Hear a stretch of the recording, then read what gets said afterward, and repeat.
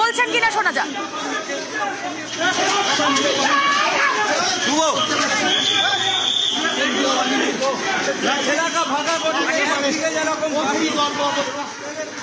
ছবি দেখছি, সহকর্মী আবির রয়েছেন সঙ্গে। আবির, কি হয়েছে এখন? দেখো, উনি সেখানে বুথের কাছাকাছি এসেছিলেন, তখন জয় বাংলা স্লোগান ওঠে। ওনার বক্তব্য হচ্ছে কেন আজকে নির্বাচনের দিন সামনে এইভাবে জয় বাংলা স্লোগান উঠতে থাকবে, তা নিয়ে বচসার সূত্রপাত হয়।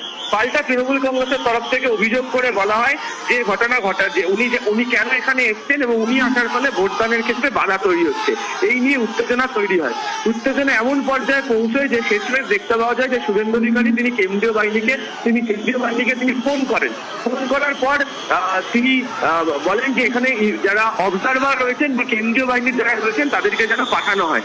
তারা সঙ্গে সঙ্গে আসার রাস্তা দিয়ে দেখতে পাওয়া যায় যে আরো সংখ্যক তৃণমূল কংগ্রেসের কর্মী তারা জমায়েত হয়ে যান এবং তারপর উভয় পক্ষের মধ্যে চরম বচসা শুরু হয়ে যায়। এবং এই মুহূর্তে বুথের বাইরে থেকে দেখতে পাওয়া যাচ্ছে যে শুভেন্দু অধিকারী তিনি বেরিয়ে কার্যত রাস্তা দিয়ে তিনি হেঁটে যাচ্ছেন।